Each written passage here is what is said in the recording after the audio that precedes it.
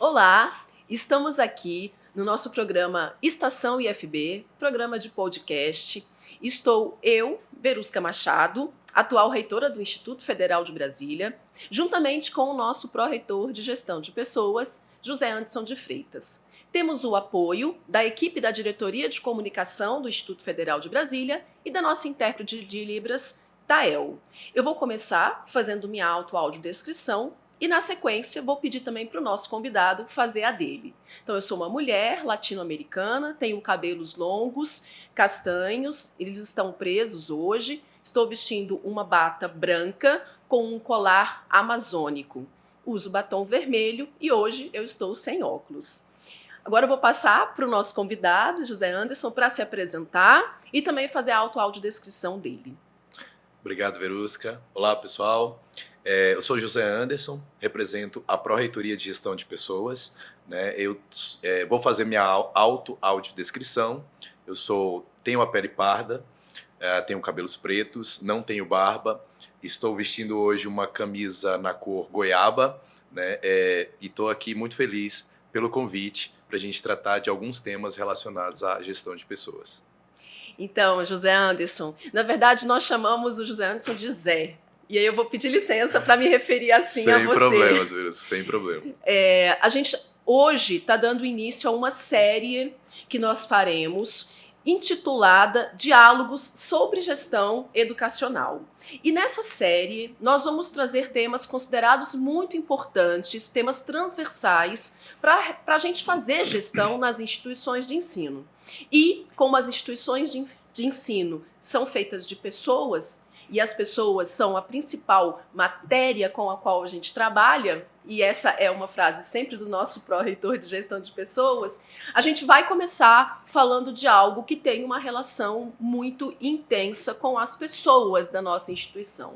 A gente vai falar sobre qualidade de vida no trabalho. E por que começar com essa temática e com a Pró-Reitoria de Gestão de Pessoas? Primeiro, como eu disse, porque as pessoas são o que há de mais rico dentro de uma instituição de ensino. Segundo, porque nós estamos no início do ano, nós estamos aí no segundo dia do mês de fevereiro, e o mês de janeiro, ele é um mês alusivo às questões relacionadas à saúde mental. Então, no mês de janeiro, é o Janeiro Branco, nós somos convidados e convidadas a refletir sobre a saúde mental. É importante dizer que, quando a gente fala de saúde mental, a gente fala de bem-estar físico, psíquico, social, e a qualidade de vida no trabalho está intrinsecamente relacionada a isso. E é por isso que a gente vai tratar disso aqui hoje. Bom, Zé, então eu queria que a gente começasse falando exatamente sobre esse conceito de qualidade de vida no trabalho. Como é que a gente entende qualidade de vida no trabalho? Perfeito, Verusca. Eu acho que é até importante a gente trazer esse elemento, do que a gente normalmente denomina QVT, ou qualidade de vida no trabalho, porque às vezes há uma percepção um pouco enviesada do que é qualidade de vida no trabalho, Recentemente, a gente vai talvez aprofundar um pouco mais, nós fizemos um diagnóstico no âmbito do Instituto Federal de Brasília, e que eu vou pedir a licença para utilizar uma frase que foi uma contribuição nesse diagnóstico, de um dos nossos colegas servidores, A frase, acredito que ela contempla todos os elementos que representam o que é qualidade de vida no trabalho.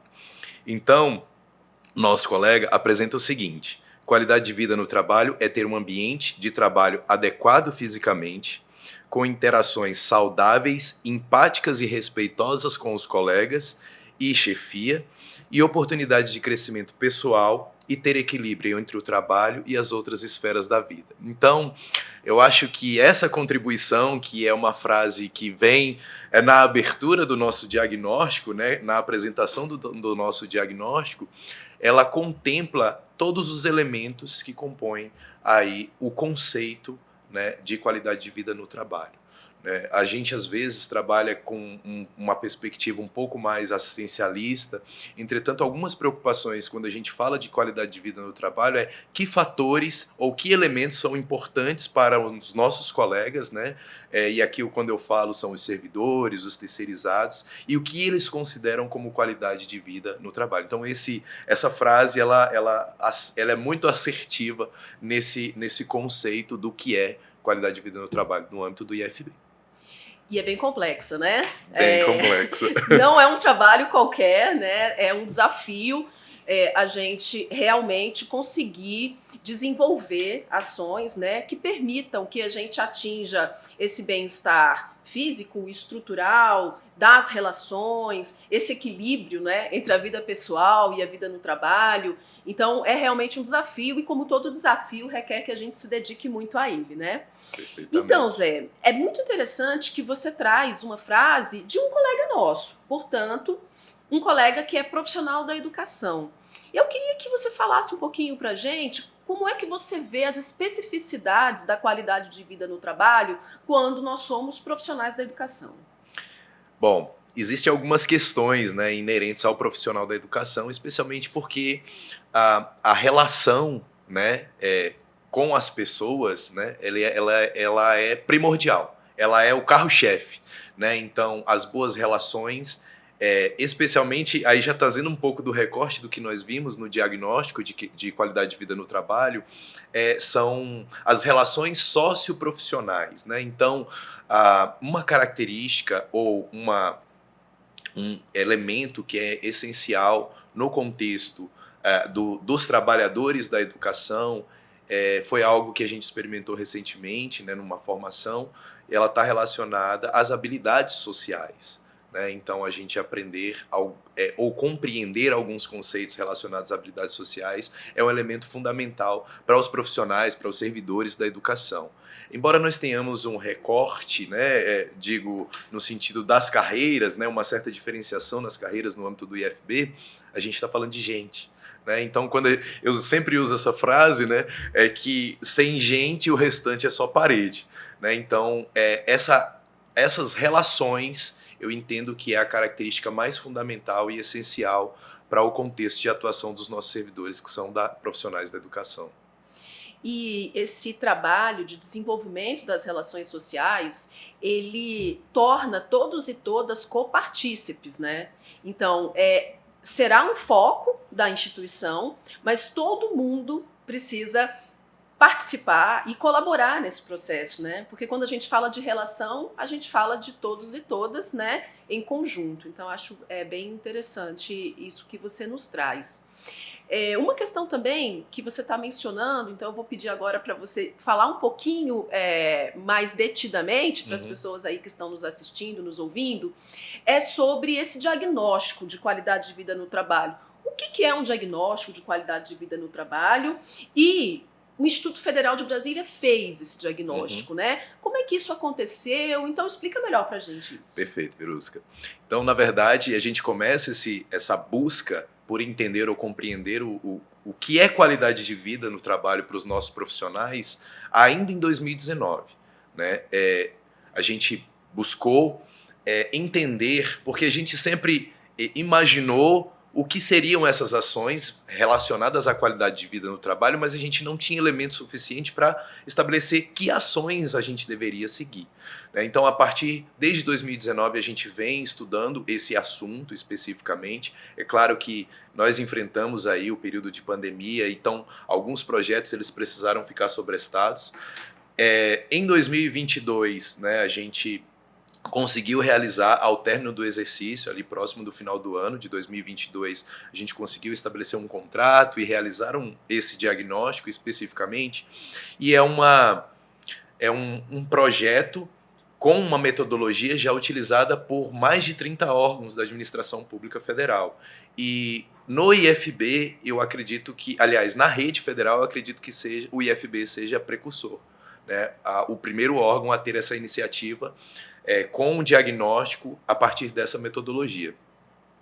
Essa metodologia ela abrange, basicamente, 3 dimensões, que é o contexto do trabalho, as práticas de gestão e os sentimentos no trabalho, e relacionado a essas dimensões existem fatores, né, que estão aí relacionados às relações socioprofissionais, né, dentro do escopo das práticas de gestão, como a gestão pode trabalhar esses assuntos, os afetos, né, sejam eles positivos ou negativos. Então, de maneira muito resumida, o diagnóstico ele traz essas informações sobre o que os nossos servidores entendem como qualidade de vida, e a partir desse insumo ou desses elementos é que a gente consegue ter uma tomada de decisão melhor sobre quais ações relacionadas à qualidade de vida a instituição deve promover. Ô Zé, e se os nossos colegas ou os nossos colegas do Instituto Federal de Brasília ou da Rede Federal de Educação Profissional Científica e Tecnológica quiserem conhecer esse relatório, ele está à disposição? Está à disposição. Ele está disponível na página, né, do Espaço do Servidor, no portal do Instituto Federal de Brasília. Né? Caso alguém não encontre, eles podem direcionar um e-mail à Pró-Reitoria de Gestão de Pessoas, né, que é prgp@ifb.edu.br, e a gente vai disponibilizar esse relatório. É importante destacar que esse relatório ele é uma consolidação dos resultados, né? Nós temos ali informações que são quantitativas e qualitativas, não há identificação, isso foi uma questão que a gente sempre prezou, né, que é a preservação da identificação dessas contribuições que nós tivemos durante o diagnóstico. Então a gente pode sim disponibilizar esses resultados, esses diagnósticos, e é a partir dele que nós adotaremos ações relacionadas à qualidade de vida. A intenção é daqui 1 ou 2 anos que a gente replique essa metodologia na instituição para a gente observar o que a gente avançou, o que a gente não conseguiu avançar, porque, como eu disse, são muitos fatores, né, que estão relacionados à qualidade de vida no trabalho e a gente não tem condições de direcionar ações para todos eles. Entretanto, a gente vai precisar priorizar algumas delas. Eu acho importante, né, destacar essa possibilidade dos nossos colegas terem acesso ao material por uma questão de transparência, porque pode ser que nós tenhamos colegas interessados, inclusive, em se debruçar sobre esses resultados, estudar esses resultados, né? Então eu também acho importante dizer que estão disponíveis. Tem uma questão também que você traz que eu gostaria de destacar, que é como a gente falar de qualidade de vida no trabalho requer ações de curto, médio e longo prazo, né? Perceba que o trabalho sobre esse diagnóstico começa em 2019, começa no início da gestão da professora Luciana. Então, passaram-se os 4 anos com uma pandemia e agora que a gente está conseguindo ir para a ação, né? Então, por isso que é importante essa continuidade do desenvolvimento de projetos que são institucionais, porque você tem toda uma parte da gestão que se dedica ao diagnóstico e agora a gente tem condições de se dedicar a uma parte desse diagnóstico para que, posteriormente, né, existam aí outras partes desse diagnóstico que sejam contempladas. E aí, nesse sentido de que agora a gente está indo para o segundo momento, que é um momento de atuação, de ação, porque a gente já tem esse retrato, queria que você falasse um pouquinho para a gente sobre o que o Instituto Federal de Brasília vai se debruçar aí nos próximos 3 anos no que se refere a esse diagnóstico. Perfeito, Verusca. Eu vou destacar 3 fatores principais que foi o que a gente observou, né, o que ficou mais latente naquilo que é no nosso diagnóstico. O primeiro deles é a organização do trabalho. E nesse aspecto a gente vai trabalhar muito no aprimoramento dessa organização do trabalho, incluindo formações, né? A gente tem aí 2 blocos principais que estão mais relacionados a formações no âmbito da complementação pedagógica, né? Em breve a gente deve ter novidades sobre o lançamento desses cursos, inclusive, né? E também as formações relacionadas ao contexto dos direitos humanos, né? Educação antirracista, pessoa com deficiência. Então a gente vai abarcar alguns temas relacionados a isso. E essas formações elas estarão disponíveis, né, na escola virtual do Instituto Federal de Brasília. Esse primeiro bloco, como eu disse, deve ter um lançamento em breve. E esse a gente vai dar início neste ano, né?